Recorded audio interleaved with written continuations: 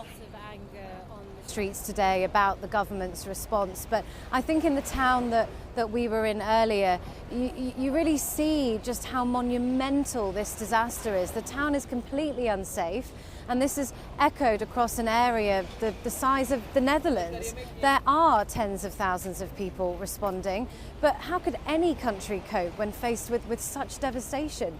And just to say, the following scenes are distressing. Delirious with rage and grief. "Come and save them," she screams. 6 members of her family are buried under the rubble. In the town of Kirikhan, people's anger is mounting. They say the government abandoned them. "Why didn't help come sooner?" he shouts at the health and defence ministers. When they turned up today, they were confronted on the streets. Why is it taking so long for the rescue efforts? The diggers have now arrived, but locals tell us they only came this morning, ahead of the ministers. Everywhere you look in this small town, a building is reduced to rubble or completely unsafe. It's uninhabitable, and people are having to sleep out in the open in freezing conditions. This is a government stronghold, but despite that, the anger is palpable. People keep coming up to us and saying they had no help for 2 days. They're angry. For the first 2 days, we didn't receive anything from the government, not even a bottle of water. Food, bread and water were brought by volunteers. Ahmad's wife and 3 children are one of 2 families rescuers believe are buried here.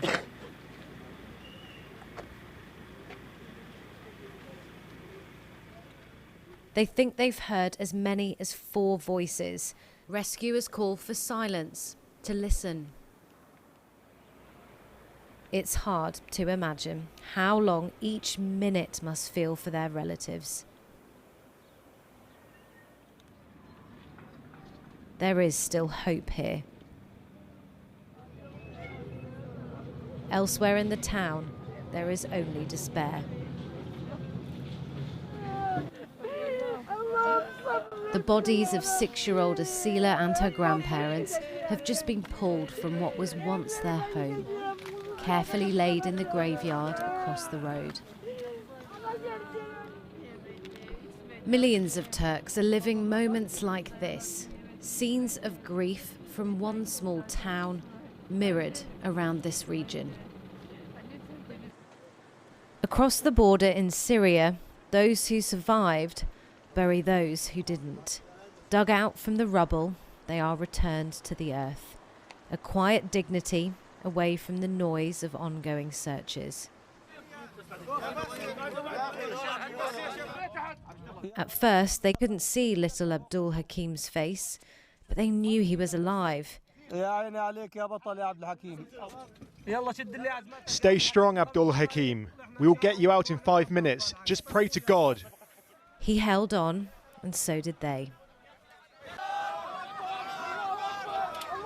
But as the hours pass, there are fewer miracle moments for the White Helmets rescuers, and a growing acceptance of the grim reality. This body bag that I'm holding is for my brother, his younger son and both of their wives. We will put them in these bags. Ibrahim lost his wife too. In all, 18 members of a single family buried where they slept. The rebel-held northwest has been waiting for aid, all delivery routes fractured by a decade of war.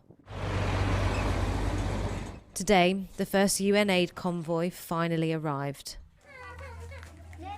It was -5 degrees last night in Idlib. Tents in a public park were packed. There's no heat, but it's home now for who knows how long. The plates of the earth are resettling, sending aftershocks out as they do. In the Turkish province of Hatay, the teetering buildings, collapsed blocks and human chains of rescuers form a much bigger picture, one of unimaginable loss. And they have barely begun to unearth the true cost. The death toll is rising relentlessly. 72 hours is known as the window of survival. It's been 90. And yet, on day 4, reasons for hope. Across Turkey, dazed children are still being pulled into the light.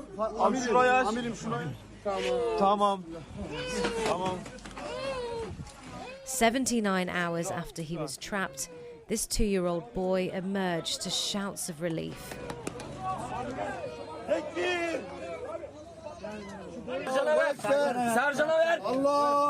Baby Helene is unscathed, in perfect health after her rescue. And this little girl's survival against all odds brought her heroes to their knees. This is why they keep searching. Not all of the children saved are old enough that they will remember the quake or remember their parents. 16 babies from Kahramanmaraş with no family to be found have been flown to the Turkish capital, cradled by volunteers, orphaned by disaster.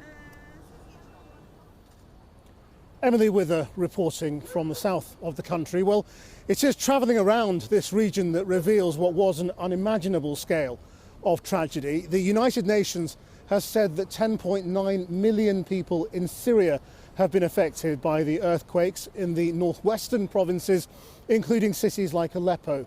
Many live in rebel-held areas where there was already an acute humanitarian crisis. It's estimated that 13.5 million Turkish citizens have been directly affected by the quakes, with the impact area including densely populated cities such as Gaziantep, Şanlıurfa and Kahramanmaraş. Our chief correspondent, Alex Thompson, has been filming in Kahramanmaraş, which has seen some of the worst damage. He joins us now from Gaziantep. Alex, what have you seen today? Well, it's a pretty grim situation in that town. We'll come to that in a second. But first, one sobering statistic. At least 16,000 people officially killed in the Turkish side of this disaster. But of those, we're told tonight, more than 3,000 are Syrian refugees. This, a very small temporary camp for Syrian refugees. And goodness knows they've suffered already enough through war and displacement to come into this catastrophe. Nevertheless, it may be small, but it was enough of a backdrop for Turkey's President Erdogan to come here today and make a number of big promises, including one where he appeared to say, and don't forget this is a man going into a tricky election, appeared to say that of all these tower blocks which have been destroyed and collapsed, they'll all be rebuilt just to 3 or 4 stories. That's quite a commitment, and it comes just days after this other promise saying everybody who's homeless, like these people here, will be rehoused within a year. Now, to test the size of that commitment, there's one city, perhaps above all else, close to the epicenter that you can go to see just what a monumental task is at hand. We went there today. I should warn you, though, that our report obviously contains distressing images. Kahramanmaraş. What's in a name? This the nearest big city to the epicenter of the disaster known here in Turkey as the Kahramanmaraş earthquake. Much of the city centre district pulverised in a few pre-dawn seconds. It takes a drone to appreciate quite the scale of the damage here before you take in things at ground level. If it means demolishing trees and street furniture to get equipment where it's needed, that's exactly what's happening. Next door to that, there's a heavy lift crane that's just been put into position. Behind that, one of scores and scores of demolished buildings here. They clearly don't think there's anybody left alive there. You can see beyond that Caterpillar search and rescue team still in position. Don't forget, some of the buildings here have only been reached this morning. And this section of destruction goes, well, hundreds of meters up that way and proceeds down an entirely demolished road as far as the eye can see, several hundred meters down there towards the mountains. And then the call for silence. That yearning shout, anybody there? And you wonder, entombed for 4 days, can anyone still be alive? The answer, hailed with shouts from the heart of Allahu Akbar, praise God. Entombed over 3 sub-zero winter nights, 30-year-old Ahmed Omaroglu, able to wave and gesture to his heart, some spirit. He wasn't quite the only one.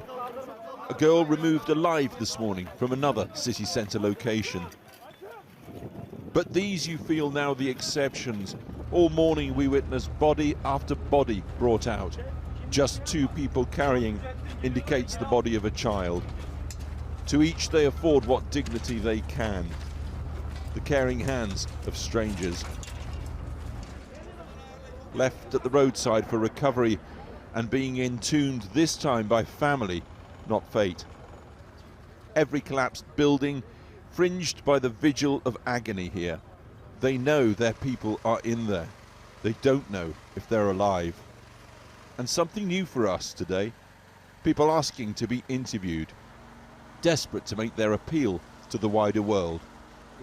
Turkey needs help, please need us. You know, the earthquake is very, very bad all the world. And I know everybody has hearts, and please help the Turkey. Thank you very much. Please help us. We need professional people, professional healthcare. We need social support. Yeah, social Healthcare. support. Yeah, psychological support, please. Psychological support. Local officials say up to 1,000 buildings may have gone in this city alone. Getting the heavy lift kit on site is one thing and not easy, nor using it at the very limits of safety. Then there's getting rescue teams and cutting gear over those final critical meters. One site of so many just in the city centre here, and we know that at this particular location 3 bodies have already been removed, but they are sure there are at least 4 more people trapped inside this building, dead or alive. The only way for the rescue teams to access them is by sitting in the bucket of the caterpillar. This site was only reached last night. My daughter, my 2 grandchildren, my son-in-law. No news from them in 4 days and no help for us. They've only come to help today. In the first hours of Monday morning, survivors were saviours. I pulled everyone out, but I couldn't save my brother. They threw children into my arms from the balcony, shouting, "Save my child."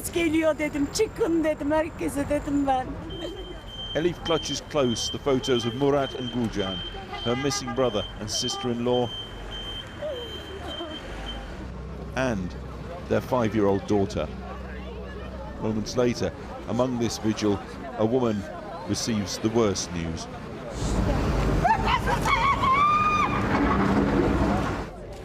Grieving, hungry, homeless. Turkey's president promises everyone will be rehoused in a year. Bait for votes with an election looming, or something he can actually deliver. Alex Thompson reporting from Kahramanmaraş. Now, among the many questions about the scale of deaths in this disaster is why some buildings collapsed when they were surrounded by others that didn't. Just look right here where I'm standing. Once again, Turkey is facing anger about whether regulations to make blocks of flats withstand earthquakes were followed by builders and checked by the authorities. I spent today with civil engineer Ramazan Yildirim, whose construction company built many of the buildings here in Adana, to try to understand what's gone wrong and whether deaths in cities like this, more than 100 miles from the epicenter of the earthquake, could have been avoided. So this is one of your buildings? Yeah, one of our buildings. How many have you built in this city? How many like this? Yeah. About 50. 50 buildings like this? 50. And have any of them had collapse? No, any problem.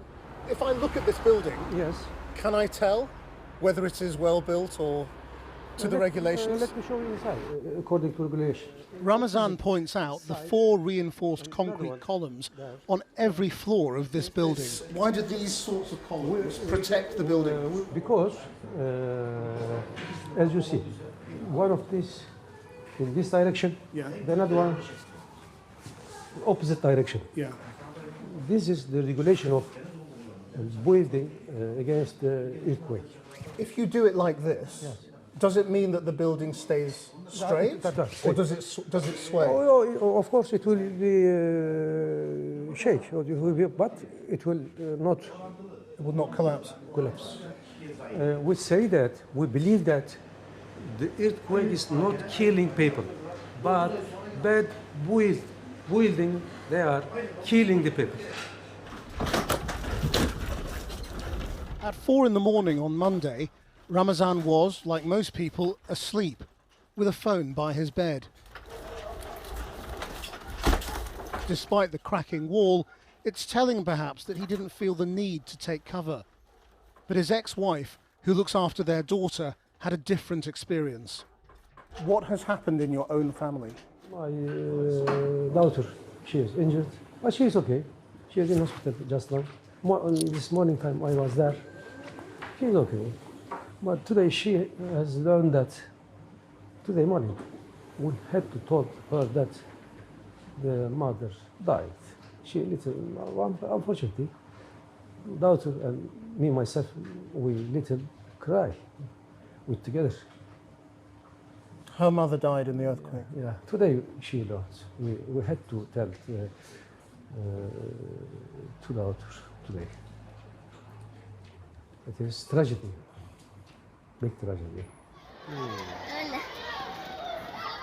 In this part of Turkey, how many happy childhoods like Cansu's have been shattered? Now 13 years old, she has lost her mother and every possession. So, what did it look like? Was it like one of these blocks? Yeah, that was like same size? The same size. How many people were in this block? There were 120 people. 120 people. They were living there. They were there. Only 4 of them saved. One of them, it was my little daughter. To losing mother, it is not so easy. It will be difficult life for her and for me together. When you know so much about these buildings, do you feel angry? I'm angry, of course. The most thousands of people there are angry. What is the problem with construction in Turkey? We have not enough controlling. We have to learn. We have to learn because Turkey is in very dangerous place. Otherwise, this country, no, we cannot live. No safety. Ramazan Yildirim at this site just a few hours ago, and I can tell you that Ramazan said only 4 people had been taken out alive at that stage. They have taken out a 5th woman, a 48-year-old woman, who came out, and they say that she was very well and not seriously injured. So there is still hope, and there will continue to be hope for many days to come. When you hear that phrase, this is no longer a rescue, it's becoming a recovery, it's not true yet. Well, joining me now from Ankara is Sinan Ulgen, former Turkish diplomat, currently chairing the Istanbul-based Centre for Economics and Foreign Policy. Thank you for joining us, Mr. Ulgen. You may have seen those images at the top of our programme tonight of ministers on the streets being shouted at by understandably furious population. How is the President going to deal with this? Well, obviously, it's a major challenge for anybody who has to face this tragedy, including the Turkish President Erdogan. But of course, the anger is understandable and it is to be expected. So what Turkey needs to do is to try to heal these wounds as rapidly as possible. And I'm sure that the Turkish government will move in that direction. But at the same time, there needs to be a stock taking in terms of what went wrong. We already knew, in a sense, the vulnerability of this geography, given that there was already a major earthquake that we lived through back in 1999 that was near Istanbul in the Marmara region. And since then, there has been an increased awareness about what needs to be done. But unfortunately, over the past 2 decades, this has remained mostly on paper. There was a special fund with taxes raised for rehabilitation of cities to withstand these type of natural disasters. Some of that money got squandered, didn't go to the right places. And then the lack of enforcement, which is really the big liability. Yes, the regulations have certainly been improved. I think that on that side, little remains to be done. But it's really a matter of enforcing those regulations. And there, Turkey really needs to upgrade its game. And because we know that these this were the is same not questions. These were the same questions we were asking after 1999. I mean, I had to make a very similar report to the one I've just made this evening back then, and it's very frustrating to be asking the same questions and seeing the same answers from the people. I mean, a lot of these blocks were built 20 or 30 years ago, so they won't have been improved and are clearly at risk. So, you know, trying to get confidence from the population to come back and live here is going to be a real challenge. It is going to be an enormous challenge, and you are in Kahramanmaraş, but there are many other places as well. But also, it's not just a matter of this region, because many of the geologists are pointing out that after the 99 earthquake in the Marmara region, the next one and the big one might hit Istanbul. So there's also a vast-scale effort to be done in Istanbul to essentially enhance the construction stock to be able to withstand the earthquake.